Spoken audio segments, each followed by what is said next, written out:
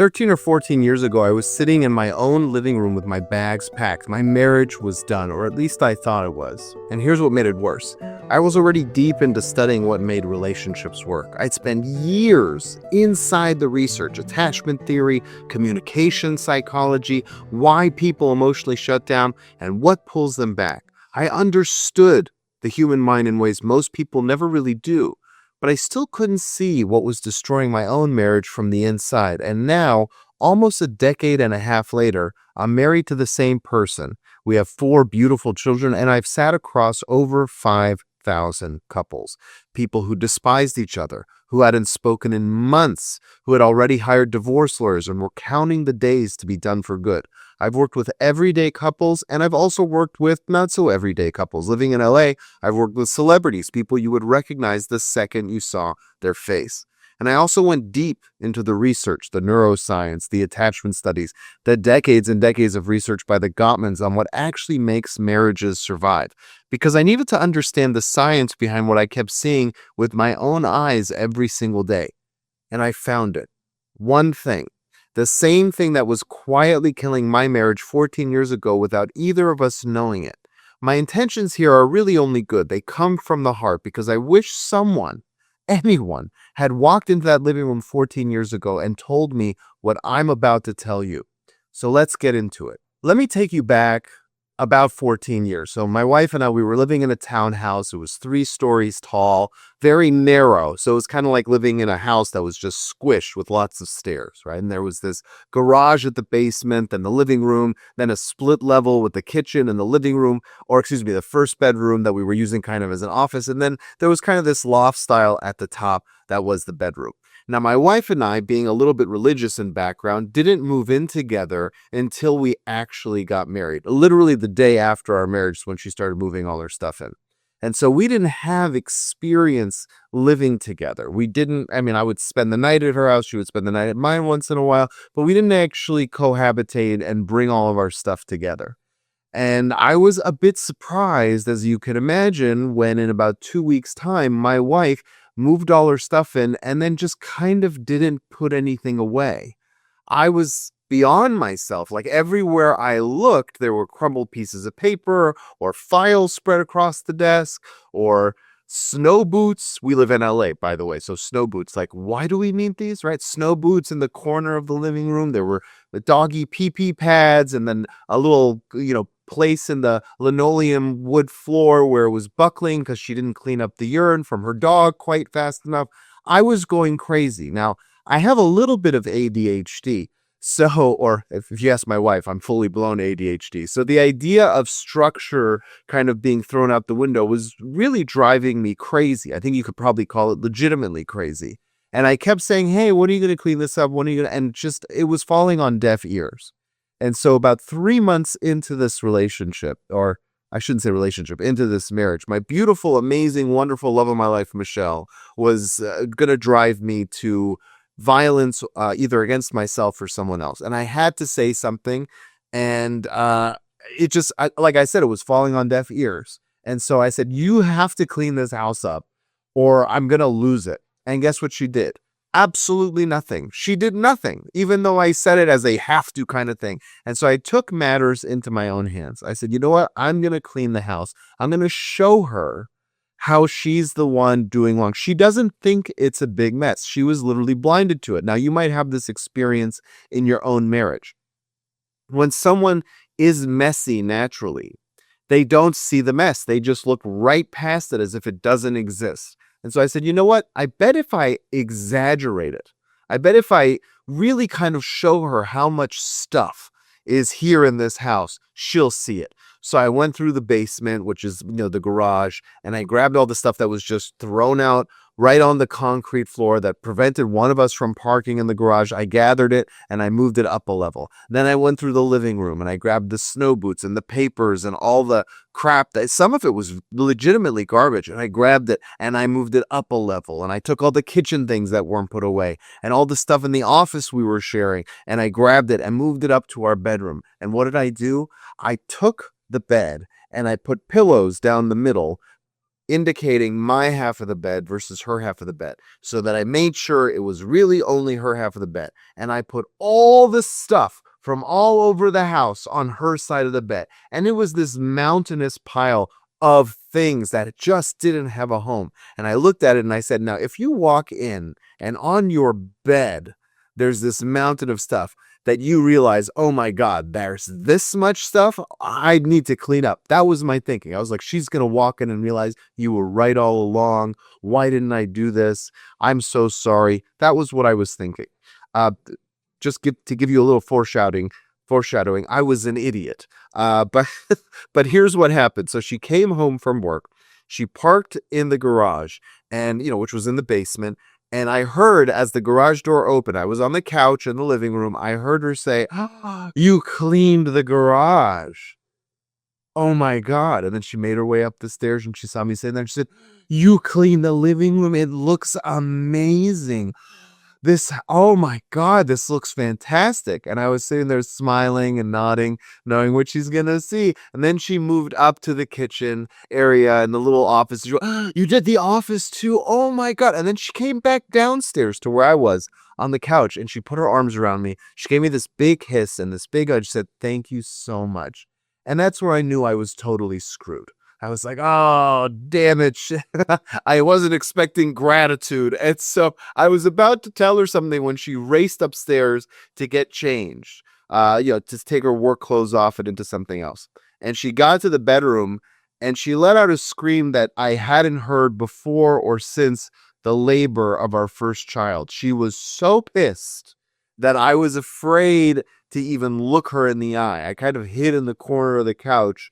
But she didn't come back and yell at me. She just kind of fumingly grabbed the stuff bit by bit and moved it into, organized it, spent about 2.5 hours organizing all the stuff on her bed, rearranging things. And she actually did what I was hoping she would do. She organized the house, but she wouldn't look at me. And then when it was finally done, I sheepishly kind of walked up to the kitchen, then walked up to the bedroom loft. And I went to go say, "Are you mad at me?" And the door was locked. And that was the first time, not the last time, unfortunately, but the first time I slept on the couch. And that's what's wrong with marriages. We keep looking at the bad parts of our spouse. And we think, if we could only fix that, if we can only make them more sexual, if we can only make them more financially responsible, if they were only a little more organized or a little more intellectual or a little bit more emotionally open, this relationship would be great. Another way to phrase that, the reason the relationship doesn't work, it's their fault. It's not mine, it's their fault. And that's where we go wrong. Every time we see a flaw in our partner, what we interpret as a flaw, and we say, why can't they fix that? We are butting up against a character difference, a huge problem in the relationship. And if you're a fan of Gottman, this is what they call a permanent or an unsolvable problem. If you guys are fighting about how the kitchen is clean or in what order things go into the drawers, that's solvable. You can actually talk about situational issues.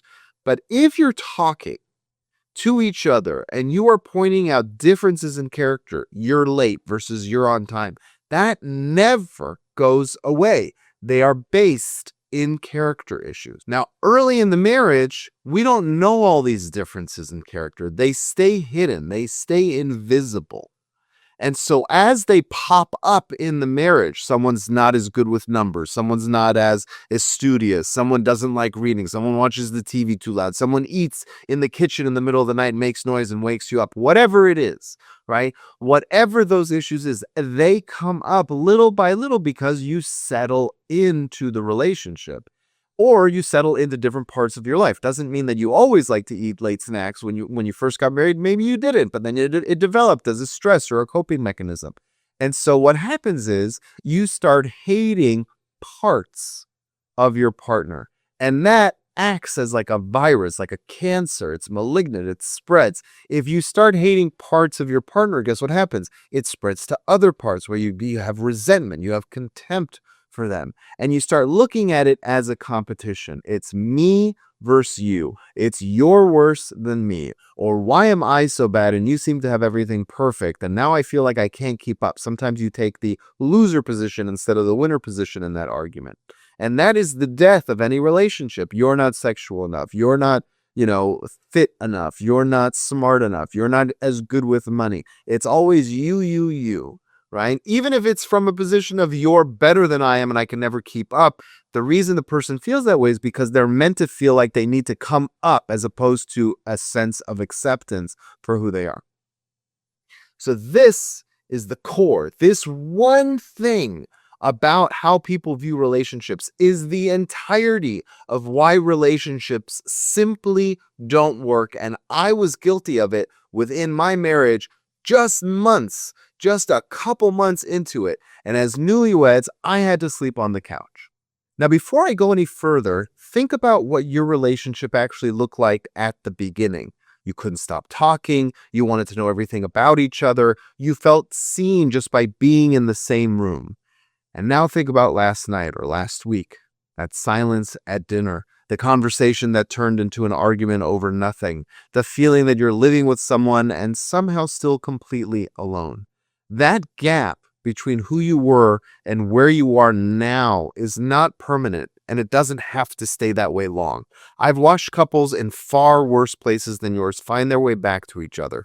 Couples who had already given up, couples who came to me as a last resort, and they got back to that place. Imagine sitting across from your partner 6 months from now and feeling that again, that ease, that safety, that feeling that this person actually gets you.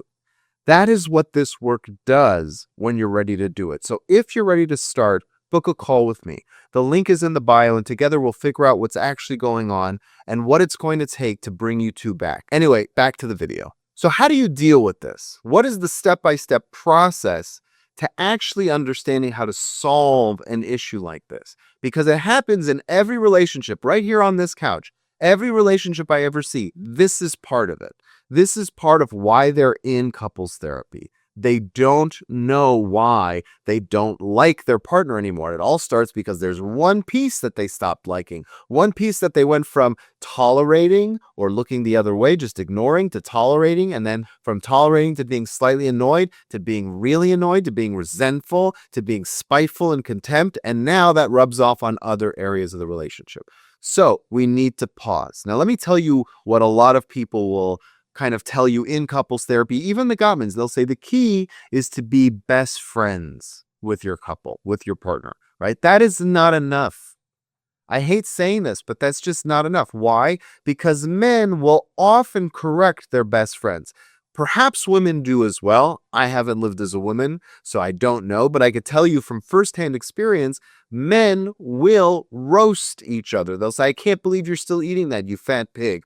Or they'll say, why is your house so messy, man? Get your crap together. We will be brutal with each other. There's a certain camaraderie. There's a certain safety in the ability to kind of chastise your friends and motivate them to get to that next level. Men respond not all men, but a lot of men, most men, especially in Western civilizations, they respond to being criticized from a place of motivation. Now, it has to come from the right person and it has to come in the right way. If it's a coach, it can definitely work, right? If you're on sports teams, right, you will know firsthand that sometimes the coaches will be quite critical of you. And so men, when you say, oh, you have to be best friends, very often they'll say, but I talk to my best friends this way. I want to talk. That's not correct. There's a softness, there's a gentleness in the way that you speak to your partner that doesn't exist anywhere else. I would actually argue that the way you speak to your partner has to be even more respectful, more gentle, more warm than you speak to your own children. This is the relationship in your life that should be with you your entire life. So after the kids are 18 or 25 these days and they move out of the house, you are stuck with your partner. So if your kids need a little bit of that nudgy, pushy thing once in a while that makes them not like you so much, that's okay. They're going to leave and stop caring about you anyway. And then they'll realize, oh, it was kind of for my own good, but thank God I don't have to live with my dad or my mom. I get to live with this beautiful man or woman that I decided to marry, and we're not going to be as critical of each other. That's fine. That's totally okay. In fact, that might get them to be rebellious enough to want to go make their own life. There's a reason teenagers get rebellious, because if they don't, they'd never leave. That's just the way that the human mind works. So how do you do it when it comes to a partner? The first thing to realize is that there are only so many ways in which partners can connect. And I go over this in other places online, but I break it down into 10 things. I'm just going to speed through. I'm going to go real quick. You can watch the video again, but it's your social life, your sexual life, it's your finances, it's the way you deal with in-laws, it's the way you parent, even if it's just pets, it's the way you deal with your ideological differences, could be religious, political, social, doesn't matter. It's the way you act as a team, so cleaning things up, getting bills and things paid, doing carpool. Affection, how much affection you express and share with each other and receive. And then there's a sense of mentorship. Do you feel like you're ever being taught in a nasty way, or you can't learn from your partner because they hold it over you? And lastly, the last one is a sense of reliance, right? We don't get together because we want the person to take care of us. That's not really it. We get together because we want to be emotionally seen. If, though, your relationship becomes about someone relying exclusively on that person to handle finances or handle your health, it can become very bitter. So those are the 10 ways that people connect.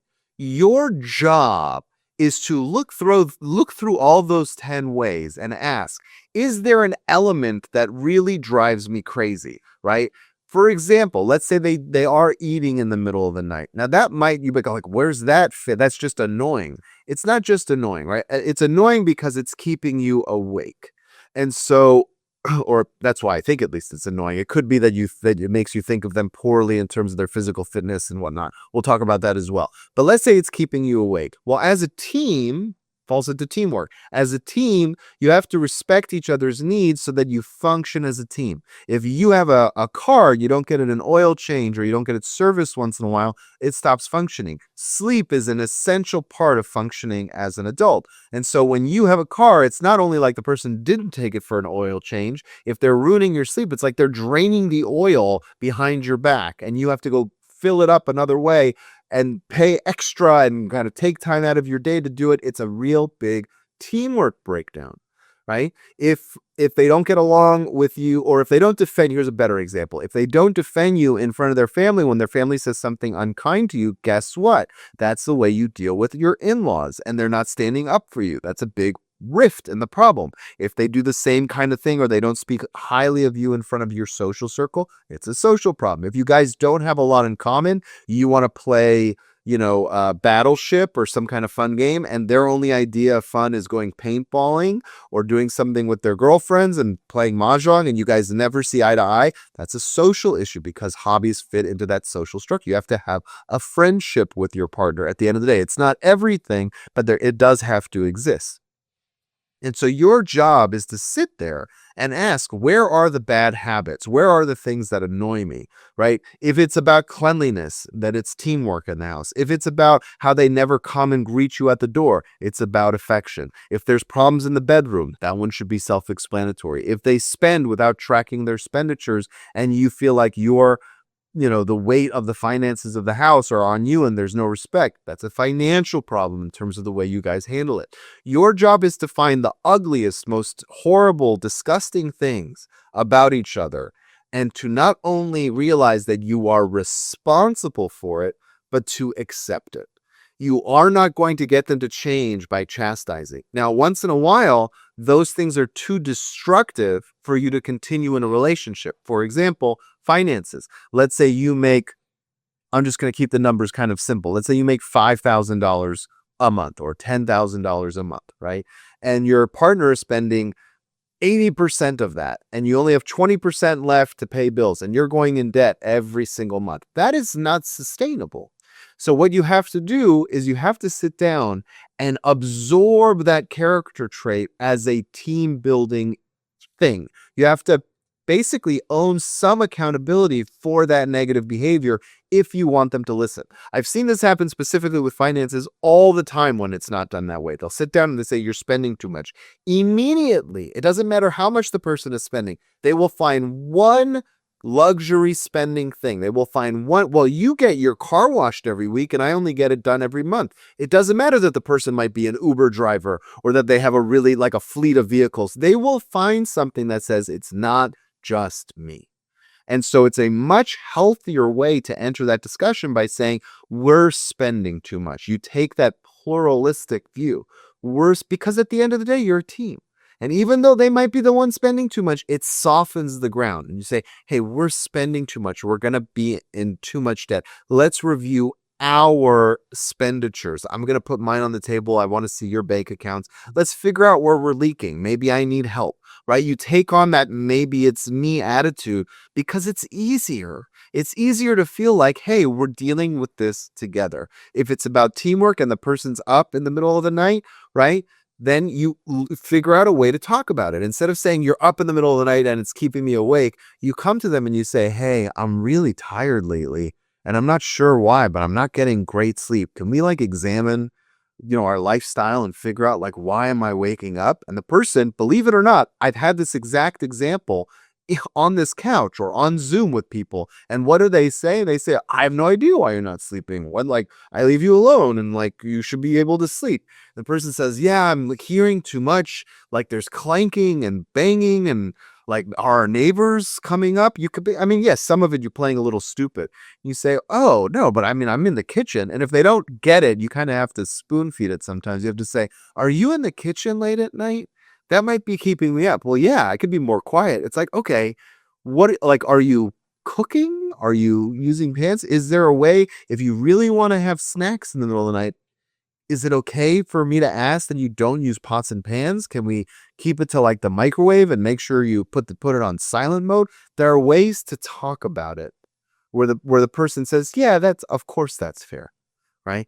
Now, most of the time, you don't actually even need to solve these problems. They're not do or die, make or break problems. Most of the time, you kind of have to realize they're not going to stop doing it completely. It's going to go from 100% bothering you to 10 or 15% or 20% because there's going to be a modification. You need to learn to accept certain things in your relationship. You might not get quite as much sexual contact as you want. It shouldn't be zero, but you should be able to talk about what is realistic. Now, if you get to a deal breaker, sex is a great example. If you say, I'd like to have it once a week, and the person says, I'm not interested, just like once every 2 months or once a quarter, that's not workable. And there are certain things that are so disproportionately on opposite sides of the spectrum where you just won't be able to solve it. And those are usually places where people do consider divorce, right? You yell too much and you can't get your temper under control. And I'm very sensitive. I grew up in a very quiet house. Well, just get used to my yelling. I don't think I could do that. Can you work with me on it? No, that's just the way I am. Boom, that's not going to work. Those people usually end up divorced. So there are deal breakers. I don't want to pretend that there aren't, right? So I would say sex is one, finance is one. Any one of those 10 areas can be a deal breaker. If they side with their family, their parents and their siblings over you, that's very often a deal breaker. If you feel like you're smaller in the marriage than the people who don't live in the house, that's a big problem. But oftentimes it's just the approach. It's the approach that we have to solve this together. We're not best friends. We're part of the same unit. That's the difference I want you to take away. You two are two halves of a whole. And until you start treating it that way in the language that you use when you talk about your problems, in the approach that you're going to solve it together, and in the request, as if you're requesting it of yourself, if you can't come to it with that gentleness and that warmth, you will not succeed. Thank you so much for watching. Don't forget to subscribe.